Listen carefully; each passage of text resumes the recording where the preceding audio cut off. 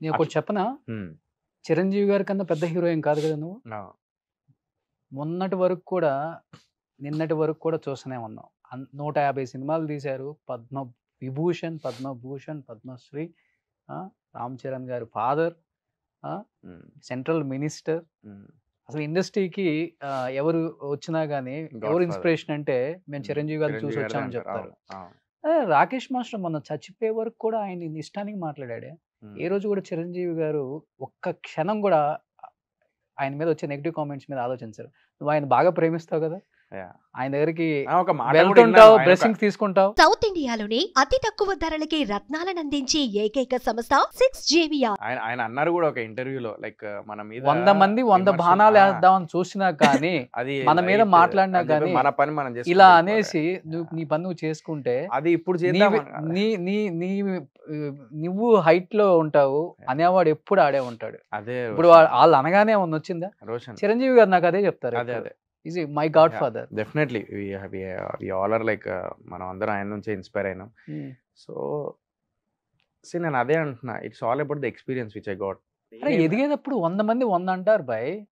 వాడు అన్నాడని చెప్పేసి మనం వాడి గురించి ఎత్తామనుకో, నేను అదే అంటున్నా, మన స్టాండర్డ్స్ పోగొట్టుకున్న వాళ్ళం అవుతాం. అదే అయిపోయింది ఇప్పుడు. అదే కదా, ఇది జరగాల్సిన డ్యామేజ్ జరిగిపోయింది నాకు. ఓకే, కోట్ల మందికి తెలుసు మనం ఏంటో, మన క్యారెక్టర్ ఏంటో. యాజ్ ఎ ఛానల్ ఈ రోజు నేను ఉన్నానంటే ఈ పొజిషన్ లో 100 మంది అనుకుంటారు, కింద కామెంట్స్ పెడతారు. నాకు చెప్పిన ఈ విషయం లాస్ట్ టైం కూడా ఇలా అనుకొని వదిలేస్తే ఏముండదు, అనుకోని ఏమవుతుంది. సో అదే చెప్తున్నా. సో అలా అనేసరికి అలా నాకేమైపోయిందంటే, చలో ఏంది మనోడు ఇలా అనేసిండు, సరే గాడు అన్నాడు. అప్పటికి స్టాప్ అయిపోయింది. మళ్ళీ నేను దాని గురించి మాట్లాడలేదు. నేను మాట్లాడలేదు, లైట్ తీసుకున్నా. కింద అందరూ ఎడ్యుకేటెడ్గా మాట్లాడిండు, వెల్ మెచ్యూర్డ్గా మాట్లాడిండు అది. సో అదే నేను ఎక్స్పెక్ట్ కూడా నేను రివ్యూ ఇచ్చేటప్పుడు కొంచెం ఎటకారంగా కాకుండా, ఎందుకంటే కష్టపడి సినిమా చేస్తాం ప్రతి ఒక్కరం. సో అట్లీస్ట్ ఎఫర్ట్స్ కన్నా వాల్యూ ఇచ్చి, సో నేనేమంటున్నాను, వ్యక్తిగతంగా నీ యూట్యూబ్ ఛానల్కి వ్యూస్ కోసము ఒకరి లైఫ్తోని నువ్వు రివ్యూ ఇవ్వడంలో డెఫినెట్లీ తప్పు లేదు. నీ వల్ల ఒక నష్టపోయినా కూడా తప్పు లేదు. ఎందుకంటే చాలామంది ఏమంటారంటే, రివ్యూ ఇచ్చినా కూడా చాలామంది సినిమాకి వెళ్తారు, రివ్యూ ఇస్ డజంట్ మ్యాటర్ అని చెప్పేసి అంటారు. బట్ అది పెద్ద సినిమాలకి, నాట్ ఫర్ స్మాల్. అంటే అనేది కూడా ఈ అబ్బాయి ఒక్కడి గురించి కాదు, ఇట్లాంటి వాళ్ళు ఇంకో 10 మంది కూడా వస్తూనే ఉంటారు యూట్యూబ్ ఉంది కాబట్టి. నాలాంటి స్ట్రగ్లింగ్ ఆర్టిస్ట్, అతను ఒక మాట అన్నాడు, టాలీవుడ్లో స్ట్రగ్లింగ్ ఆర్టిస్ట్ ఉన్నాడు భయ్య సోహెల్ అంటున్నా. నేను స్ట్రగ్లింగ్ ఆర్టిస్ట్ అని తెలుసు, అతని నోటి నుంచి అన్నాడు ఆ మాట. స్ట్రగ్లింగ్ ఆర్టిస్ట్ అంటే ఎట్లుంటుందంటే భయ్య, ఇక్కడ ఒకటి చెప్తా. ఇప్పుడు ఇతను చెప్పడం, ఆల్రెడీ బిగ్ బాస్ నుంచి వచ్చిండు, సీరియల్ నుంచి వచ్చిండు అని చెప్పేసి ఆల్రెడీ ఒకటి నా కంటెంట్ ఉన్న సినిమా మిస్టర్ ప్రెగ్నెంట్ అని తీసిన. ఓకే, నేను వాస్తవంగా చెప్పాలంటే అది ఇంకా థియేటర్లో ఎక్కువ ఆడాల్సిన సినిమా. అది మంచి పేరు తెచ్చుకున్న ఆ సినిమాతో నేను, మిస్టర్ ప్రెగ్నెంట్తో. సో అది అట్లా అవ్వకూడదు ఈ సినిమా అనే ఉద్దేశంతో ఒక ఇదిలో ఉండే నేను. సో నేనేందంటే, అతను ఎప్పుడైతే ఆ మాట లైక్, సో ఎక్కడైతే అతను ఆ మాట ఇది చేసిండో, నాకు ఎందుకో బ్రో అది తీసుకోలేకపోయినా ఆ టైంలో. సపోజ్ నేనైతే ఆ అబ్బాయి నేను తప్పు పట్టినా, ఆ అబ్బాయి స్వేచ్ఛ, ఆ అబ్బాయి చూసాడు, ఆ అబ్బాయికి నచ్చలేదు పెట్టాడు. కానీ నీ మీదే కాదు ఎవరి మీద, నచ్చలేదని పెడితే పెట్టుకో. అదే ఎఫర్ట్స్ నేను అనేది ఏంటంటే, ఎఫర్ట్స్ కి ఇప్పుడు నాకు తెలుసా ఆ అబ్బాయిది ఏదో నేను సాంగ్ వస్తే నేను స్టోరీ కూడా పెట్టిన, ఇది చూడండి ఈ సాంగ్ అని చెప్పేసి. సో నాకు అతను చెప్పే విధానం నాకు నచ్చకపోయేసరికి అట్లా రియాక్ట్ అయినా. Okay, what ever it happened. But ఎందుకంటే రేపటి రోజున ఏ ప్రొడ్యూసర్ ఏ డైరెక్టర్ అయినా ఎఫెక్ట్ ఉంటుంది, నాలాంటి సినిమాలకు ఎఫెక్ట్ ఉంటుంది. మాలాంటి వాళ్ళకి ఏంటంటే, ఇప్పుడు ఇంత ఎఫెక్ట్ జరిగిందా, మొత్తం ట్రోల్స్ పడ్డాయా, మొత్తం డౌన్ అయిపోయినా, నేను డౌన్ చేసిర్రా, నేను మళ్ళీ లేవాలంటే నేను మళ్ళీ స్క్రాచ్ నుంచి మొదలు పెట్టాలి. ఇక్కడంటే సూసైడ్ చేసుకుంటాడేమో ఆ ఆలోచనలు వస్తాయేమో బాంబే పంపించారా? లే ఇక్కడ అదే చెప్తున్నా. నేను డిప్రెషన్లోకి వెళ్ళిన, స్టార్టింగ్ 2 daysకే డిప్రెషన్లోకి వెళ్ళిపోయినా నేను. 2 daysకే లైక్ థర్డ్ డే వెళ్ళిపోయినా. నేను ఎందుకు వెళ్ళిపోయినా అంటే, నేను వెళ్ళిపోలే, నన్ను పంపించేసిర్రు ఇక్కడ నుంచి, టార్గెట్ చేసిండు. ఈ ట్రోల్స్ అవన్నీ ఒకటే దాంట్లో ఒక పేజ్లో 12,000 సబ్స్క్రైబర్స్ ఉన్నారు. దాంట్లో ట్రోల్స్ వేయించి దాన్ని పుష్ చేసిండు. యాడ్ అదే ఏదో అంటారు కదా, ఇంత డబ్బు ఇస్తే ఎన్ని వ్యూస్ వస్తాయి అది, అవన్నీ చేపించిండు.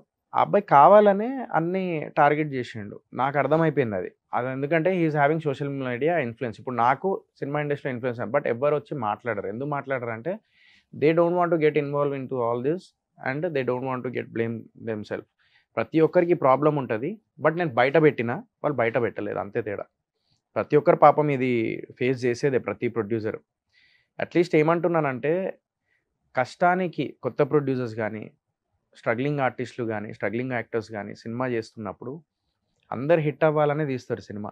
కానీ ఒక ప్రయత్నానికన్నా కనీసం వాల్యూ ఇచ్చి, ఎందుకంటే ఆ ప్రయత్నం సినిమా చేసి రిలీజ్ చేయడం అనేది నీకు ఇంక అంతకన్నా డేంజర్ ఇంకేం లేదు. నువ్వు పాలిటిక్స్లో అన్నా నీకు ఈజీ ఏమో, వెళ్ళి లైక్ ఏదో మనం 10 మందికి ఇంత తాగిపిస్తే తినిపిస్తే, లేకపోతే ఏదో చేసేసి అది చేసి ఇది చేసి ఏదో మాయమాటలు చెప్పి ఇది చేయొచ్చు.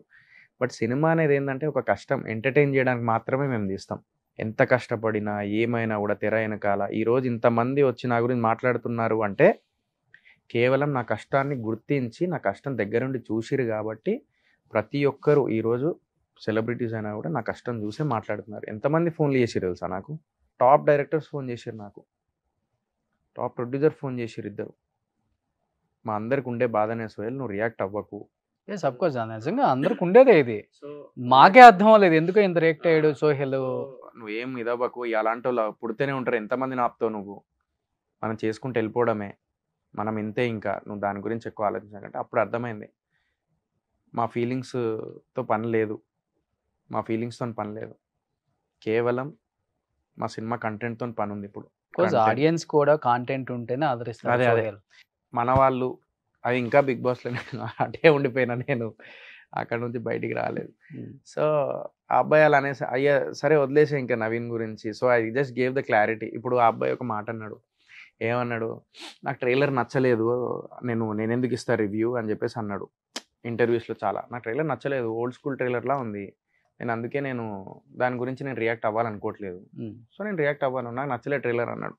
బట్ అదే అబ్బాయి మిస్టర్ ప్రెగ్నెంట్ సినిమా చూసిన తర్వాత నేను మెసేజ్ చేస్తే దానికి రిప్లై ఏమని ఇచ్చాడు, thank you for the invitation bro, waiting for bootcut Balaraju, trailer అదిరిపోయింది, thanks for showing it to me, release అవ్వకముందే.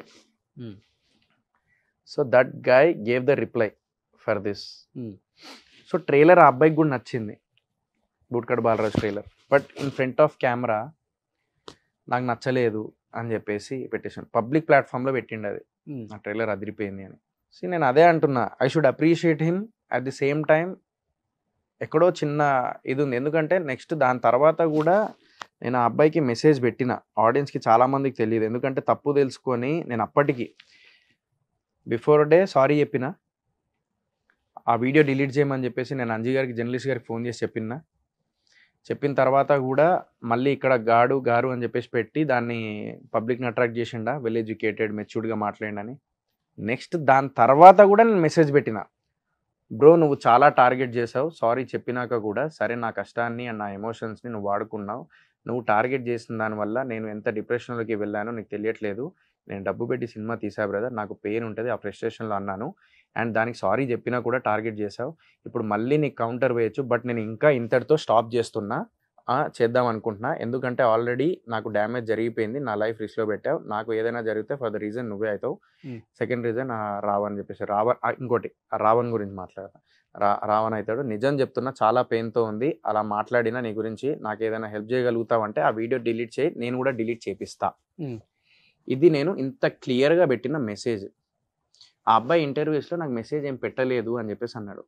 ఈ అబ్బాయి ఎప్పుడు చూసినా నేను థ్రెటనింగ్ ఉన్నది, నాకు ఇట్లా అన్నాడు, బెదిరించిండు, ఉండడు అని చెప్పేసి అన్నాడు కదా. థ్రెటనింగ్ అంటే ఫోన్ చేసి ఏమన్నా బెదిరించావా?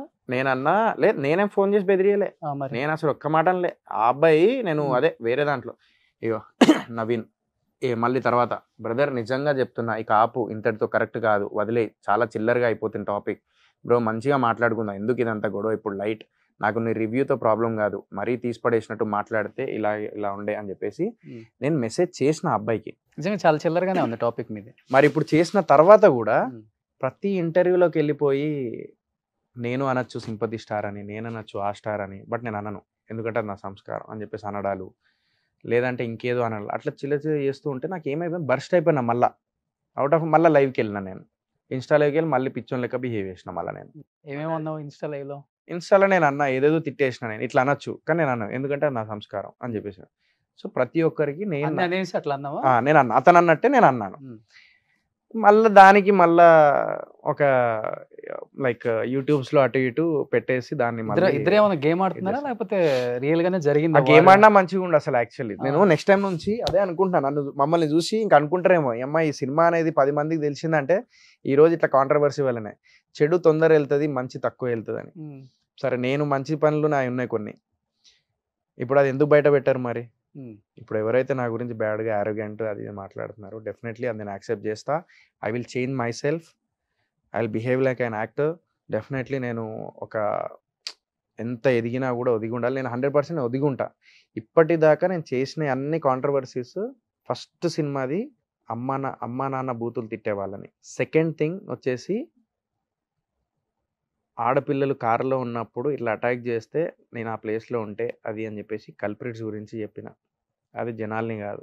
థర్డ్ థింగ్ వచ్చేసి నేను ఏదో బిగ్ బాస్ ఇష్టపడే వాళ్ళు నా సినిమా చూసేస్తారని ఒక భ్రమలో ఉండి భ్రమలో బతికిపోయి ఇప్పుడు బయటకు వచ్చేసిన. సినిమానే, బిగ్ బాస్ అయిపోయింది. Bigg Boss is a platform. Reality షోలు రియాలిటీగా ఉండవు అని కూడా బయటకు అంతకే అనేది. కానీ నేను ఒక్కటి చెప్తాను రోషన్, నేను ఈరోజు మనము వేరే లాంగ్వేజ్ మూవీస్ని మనం ఈరోజు ఎగ్జాంపుల్ తీసుకొచ్చి ఫలానా ఈ కంటెస్టెంట్స్ బిగ్ బాస్ కంటెస్టెంట్స్ ఈరోజు అందులో ఒక జాయ్ అని చెప్పేసి మూవీ ఉంది, is my friend Rio Raj, అతను నా ఫ్రెండ్ యాక్చువల్లీ.